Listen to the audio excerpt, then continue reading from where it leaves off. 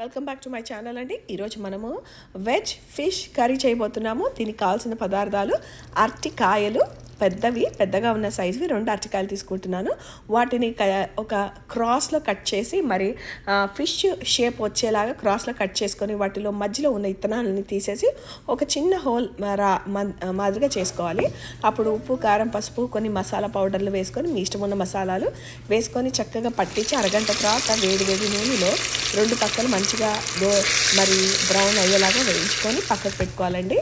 ఇప్పుడు వేరే సపరేట్ పాట్లో ఇప్పుడు సెపరేట్ పాట్లో ఒక ఉల్లిపాయలు చిన్న ముక్కలుగా కట్ చేసుకొని పచ్చిమిర్చి, జీలకర్ర వేసి మరి చక్కగా దోరగా వేగిన తర్వాత అల్లం వెల్లిపాయ పేస్ట్ వేసేసి ఉప్పు, కారం, పసుపు మరి మీ టేస్ట్కి అనుసారంగా వేయించండి. తర్వాత మరి ఈ 2 అరటికాయలకు నేను ఒక చిన్న లెమన్ సైజు అంత చింతపండుని తీసి నానబెట్టి పులుసు పోసానండి. మరి మీరు ఎంత పులుపు తినగలుగుతారో అంత వేసుకొని దాంట్లో చెక్క, లవంగా, ఇలాచి, కొబ్బరి వేసి మరి పేస్ట్ చేసింది దీంట్లో వేసి చక్కగా మరగనియాలండి. నూనె పైకి వచ్చేంత వరకు మరగనియాలి.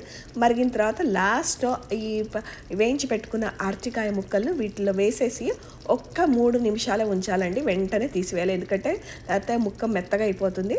మళ్ళీ వెంటనే మరి ఇప్పుడు ఈ తీసిన కూరలో కొత్తిమీర వేసి గార్నిష్ చేసి సర్వ్ చేయండి.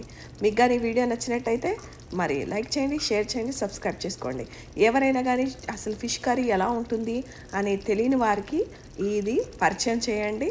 మరి మన ఫిష్ కర్రీకి మనం ఎంత క్రేవ్ అవుతామో దీన్ని టేస్ట్ చేసి వాళ్ళు కూడా ఎంజాయ్ చేస్తారండి. థ్యాంక్స్ ఫర్ వాచింగ్ అండి.